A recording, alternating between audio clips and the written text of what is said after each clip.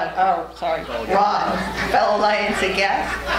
It is my pleasure to welcome Sherrie Tinoco, a Kelso native here. She's been in this area of Longview, Kelso most of her life. And I am proud to introduce her. She is heavily involved with the emergency support shelter. And here she is.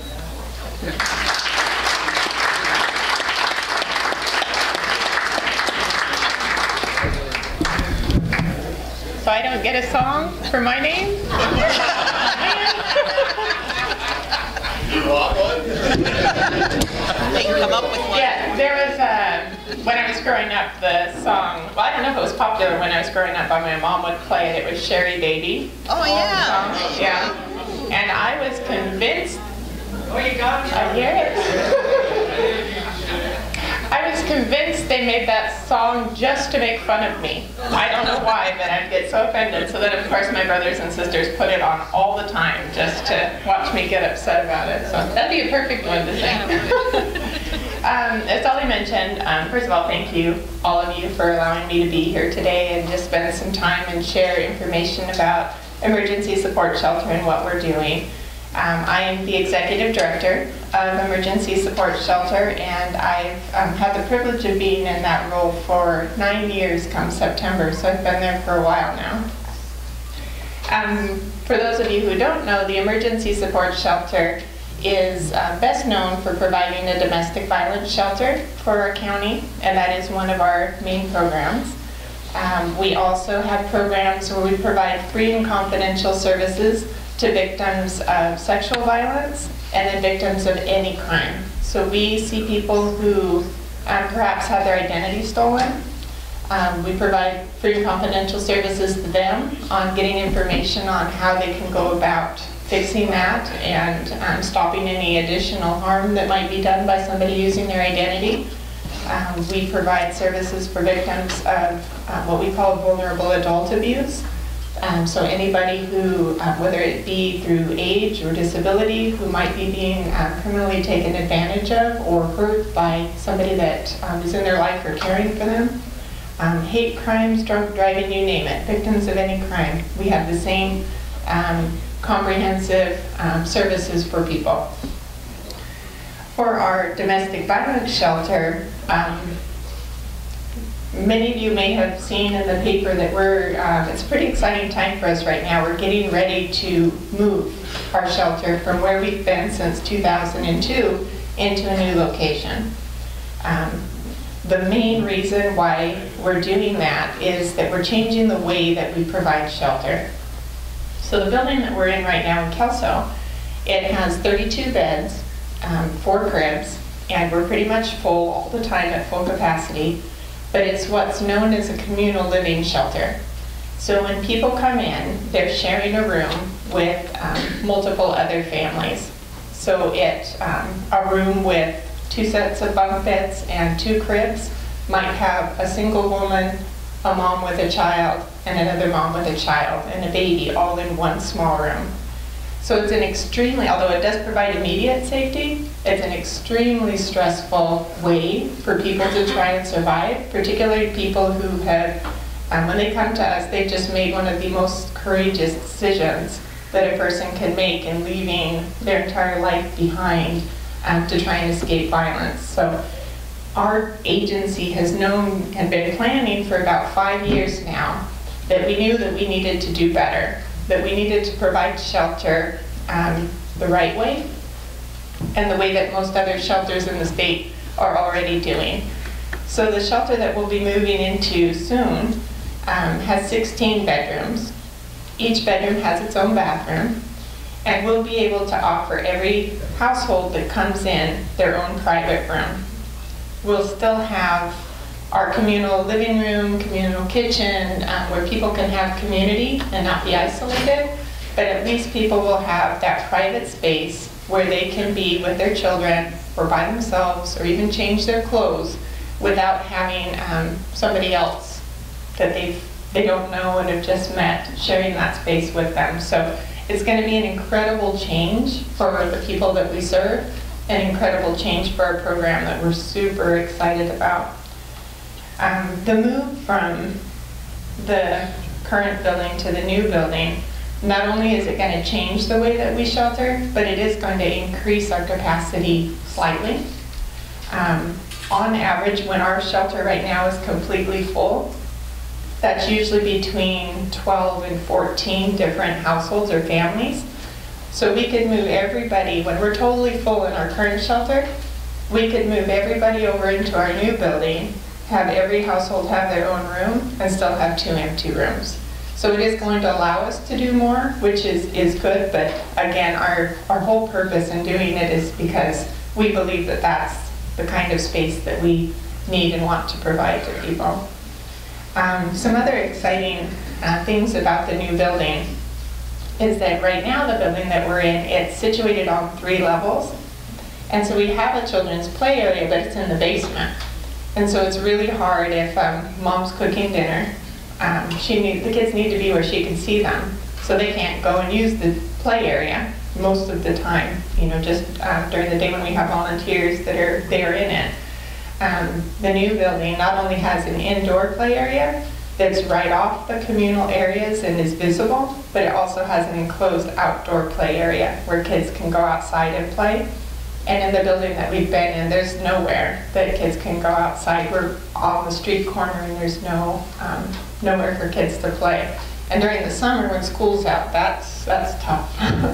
So we're really excited to have a space where kids can go and run and play and get their energy out and just be kids while they're staying with us. So I would invite anyone who is interested in seeing our new building. We're just like 2 blocks away from here.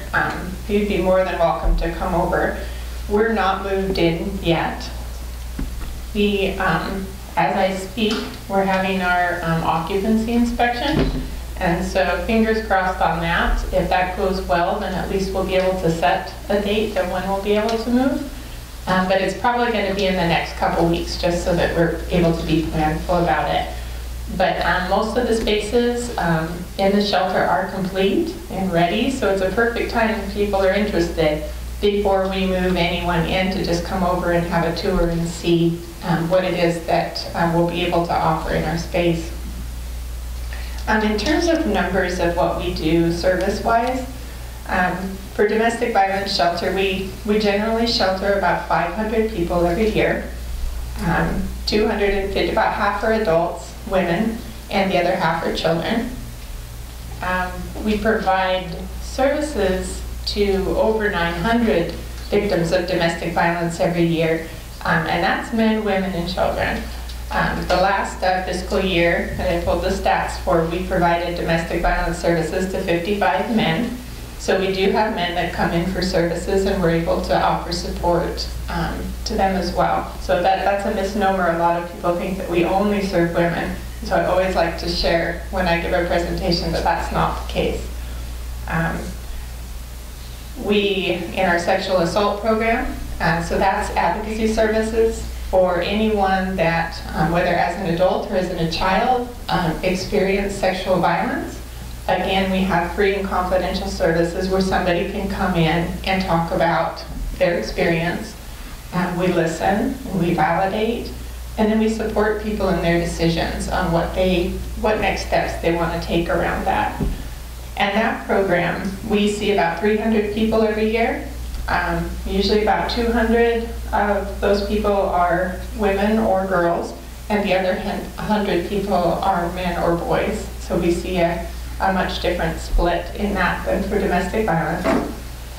And then our third program, that's the Crime Victim Advocacy Program, and that's the one that services for any victim of any crime. That's a pretty even split of people who are experiencing hate crimes or vulnerable adult abuse or identity theft and any crime that you can think of. We see almost equally men and women in that program. So that just gives you an idea, kind of the demographics of who we serve in our programs. If anyone is interested in a tour, right now the administration staff, so myself and 2 others, are in the building and we're there business hours, Monday through Friday. So you're welcome, you can call me, I'll leave some business cards if you want to set a time. But if you want to just stop by, Doors usually open because we have construction going on, the finishing touches. And if it's locked and you ring the doorbell, then we can come and open it up. But we're enjoying being able to show our building to people right now.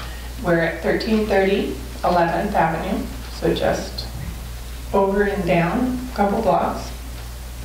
And let me see, what else? The other main thing that we do in our programs, the direct services, we're responding to people who have already experienced violence. We have a huge focus. Our mission is to end domestic violence, domestic and sexual violence, and provide education, safety, and support to our community. So one of our major programs is community outreach and education, and our focus in that is to try and prevent violence from occurring in the first place. So we spend a lot of time in schools talking about respect and anti-bullying and violence prevention.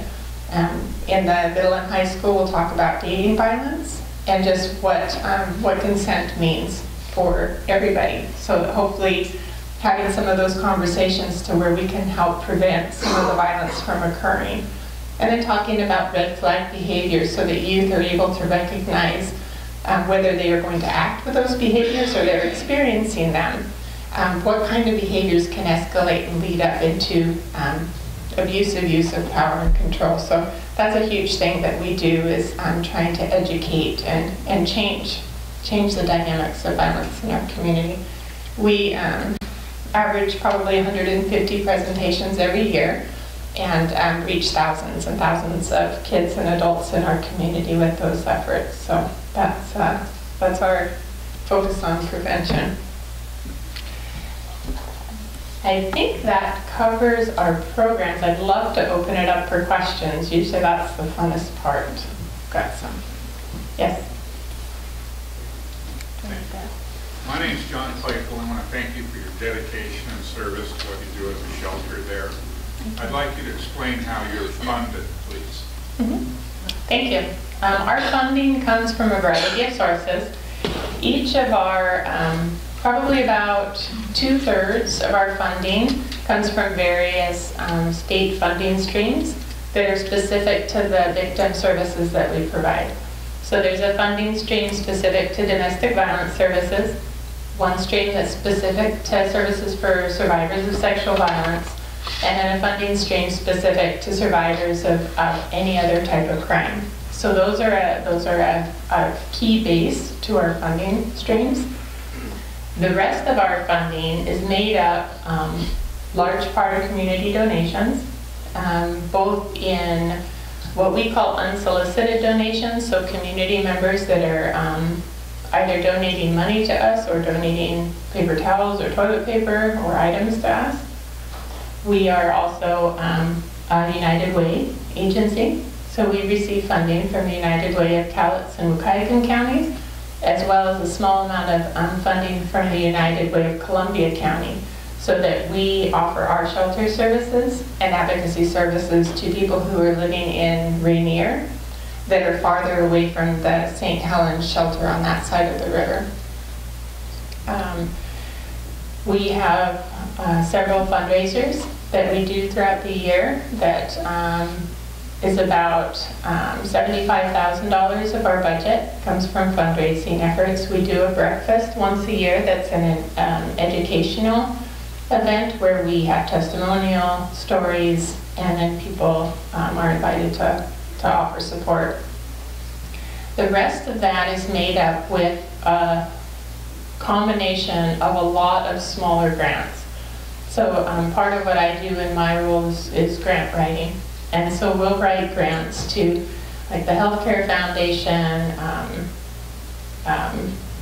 Southwest Community Washington Foundation, any of the local foundations for smaller awards specific to our different programs, and all of those combined together for our budget. So about 2/3 are what would be considered government funding, and then 1/3 combination of local or smaller funds. Okay. Yes?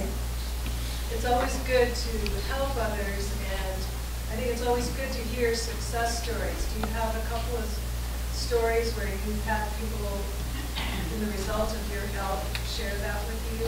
Sure. Yeah, definitely. Great question. One that would be good to share with us. Sure. I have, we're fortunate that in the work that we do, and fortunate in lots of different ways. Fortunate in that people's lives are able to change, and then fortunate in, for myself and the advocates that are hearing stories of pain every day, to be able to see the survival stories where we see what can happen from that. So we're pretty lucky that usually about every week we get contact from somebody who's connected with us in the past and are able to see what's happening that's different now. One that I'll share is from last week.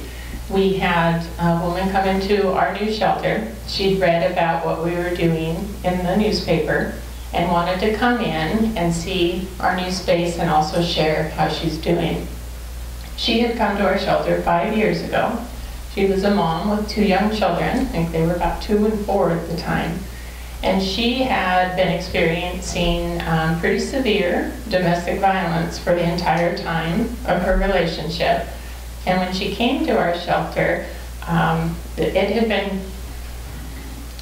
she had been suffering very severe physical abuse and had almost been killed a couple different times. So she knew that she needed to get out.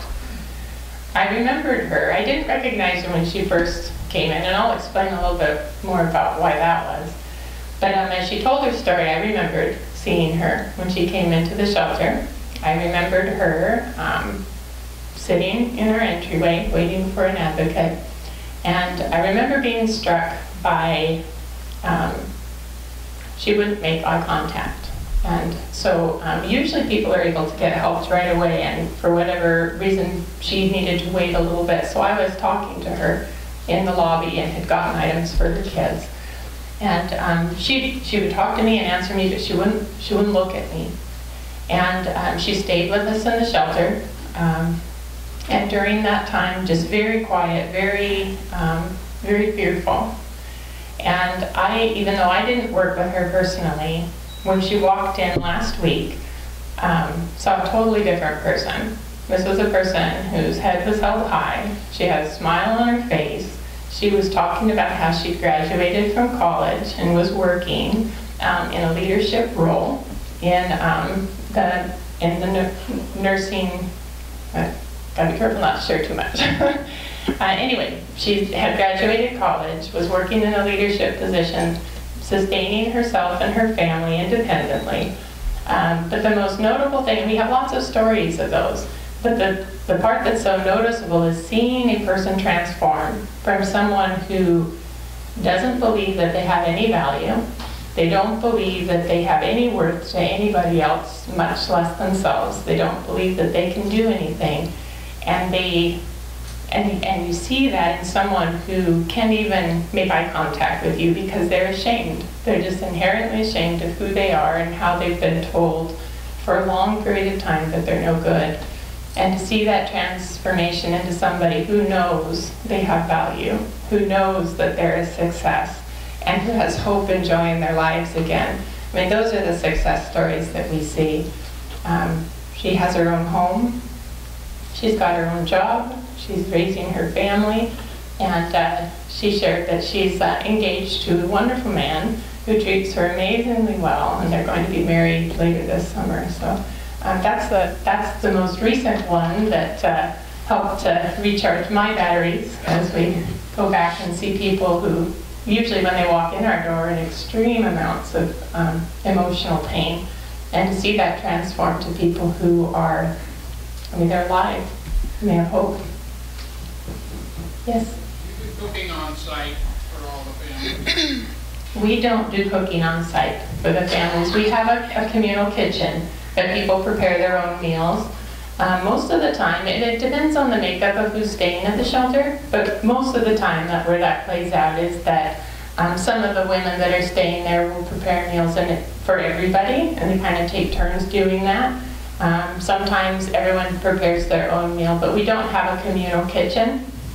And we think it's a really good community bonding, building experience for people too, to spend that time together, not only preparing the food, but then eating the food together, sharing the recipes, talking about the food that each other has made. Yeah. What's the average stay for a family that enters there?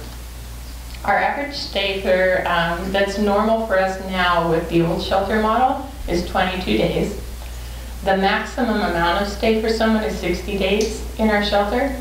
So right now that 22, there's really very few people that actually stay 22 days. You know how averages work. We'll have people that come in and within the first 3 days either are completely overwhelmed by our shelter structure. They can't handle the complete lack of privacy and the, for lack of a better word, chaos of having that many people all in a tight space together.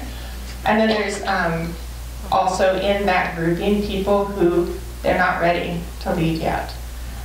It's been bad enough to where they knew they needed to leave, but it's not, they're not ready yet.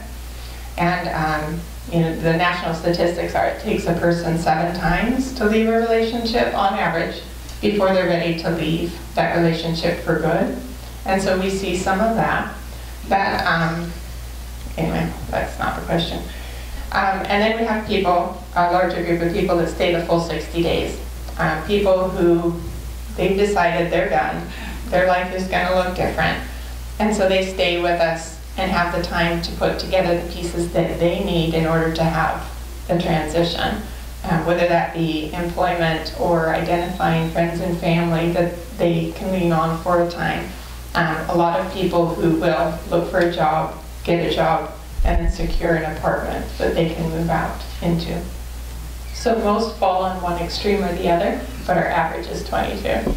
I'm excited to see this first year that we move into the new shelter model, because in that grouping that leave within the first week or so, the ones that aren't ready, that's not going to change, and our shelter model is not going to change that.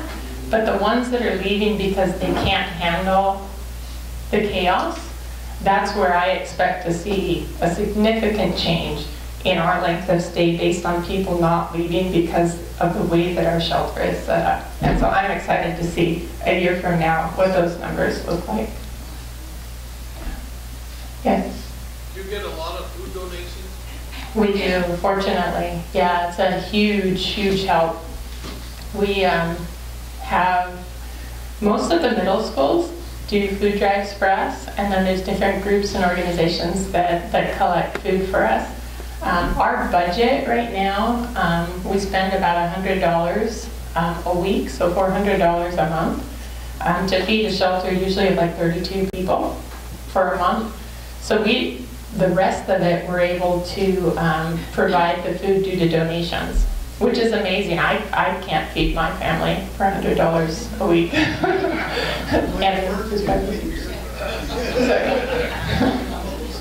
But yeah, the community is amazing, this community. Yes. Do you ever have spouses coming looking for their significant other that's at your shelter? Sure, yeah. Fortunately, very rarely are we faced with a situation where that's in a violent way. The most common way that we have people that will actually come to our door and come in, they usually are bringing flowers or chocolates or cards. Of just how sorry they are and how they're going to change. And so that's our most common encounter with people. They are trying their best to have the person return back to be with them. Ones that are either that's not working or they're not happy. Most of the time it's been confined to they'll drive around the building and just keep driving around. Being there 9 years, there's probably a couple times every 3 months where someone will actually come and park in our parking lot that we know is irate. Law enforcement is amazing. We call them and they're there, hardly even within minutes, and asking people to move on and not to come back, and we can do a no trespass and that sort of thing. We've had a couple times where people have come, both times they were pretty intoxicated, and the one had decided he was going to jump over our fence and get in. And fortunately, I mean, I can laugh now because it was fine, but fortunately he wasn't nearly as athletic as he thought he was. So, no.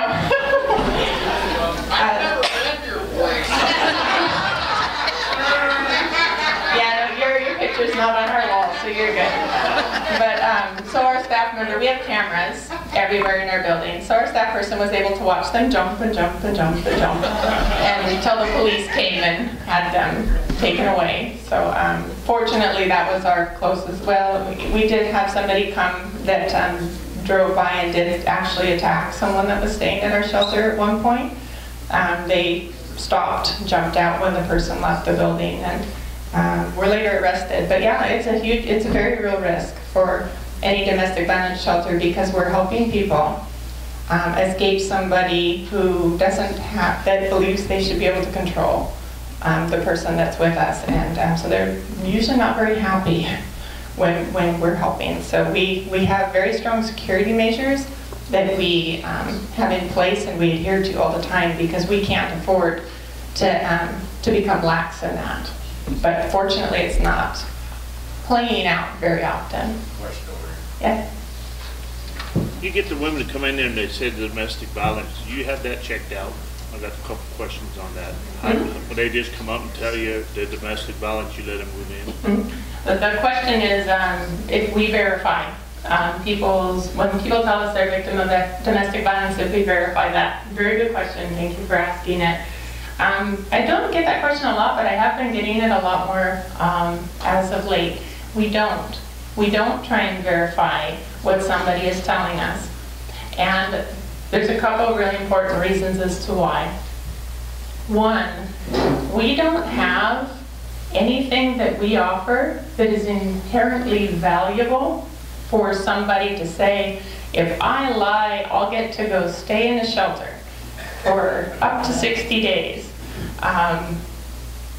That's our benefit for people. So the danger, if we allowed ourselves to enter into anything beyond believing what somebody tells us, is that sooner or later, we're going to make the decision that somebody's not telling us the truth and they're going to get killed.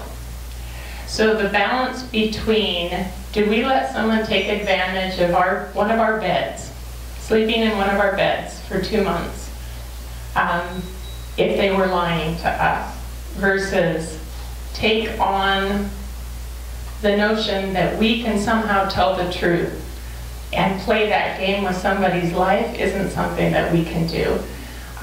If we had something that was more tangibly valuable, like if we were giving people money, or we were giving people keys to an apartment, or we were giving people cars, there would probably be more motivation in that. But our role is, our philosophy is that we believe everybody deserves to be believed. So that, by its nature, doesn't mean we believe every single thing we're told is the absolute truth, beyond the fact that there's always facets of truth in any story. But our focus is the action. Everyone deserves to be believed, and that's how we approach it.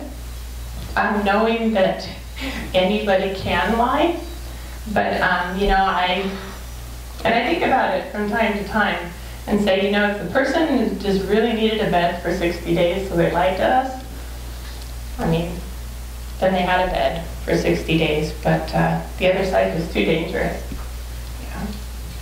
Yeah. If somebody comes to your facility and you happen to be full, what kind of referral services do you provide? Yeah. If we're full, which doesn't happen to where we're turning people away, rarely happens.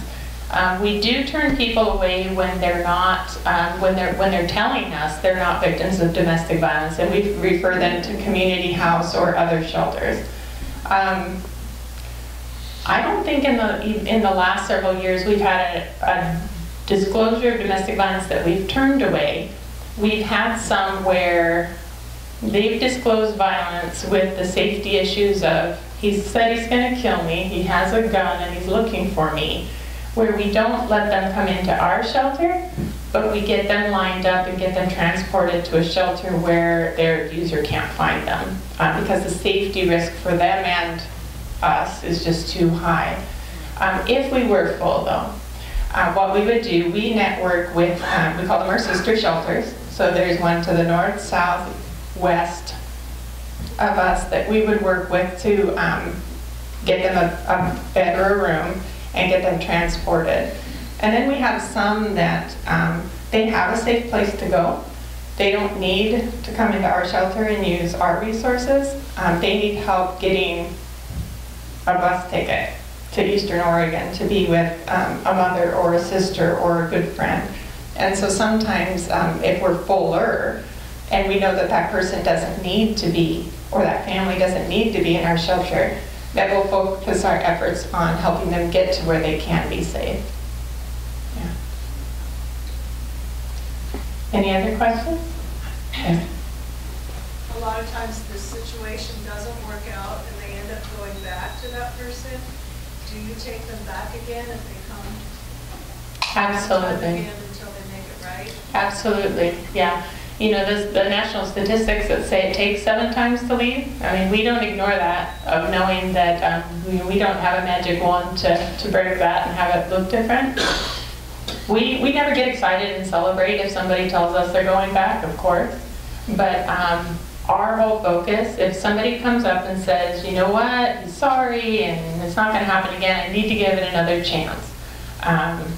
We'll say, you know what, we support you in your decision. I hope you're right. I hope it never happens again. But if it does, our advocate will safety plan with them. Here's what you can do to make sure that you're safe. And if it does happen again, we're here. We want them to come back, because there is that magic number where for each person it's different. It's not always 7. Some it's 1, some it's more. But there is a time where the person is like, okay, it's not going to be different. It's not going to change. And we want them to come to us during that time. We want them to come to us to the times before, because it all leads up, hopefully, to that moment. Thank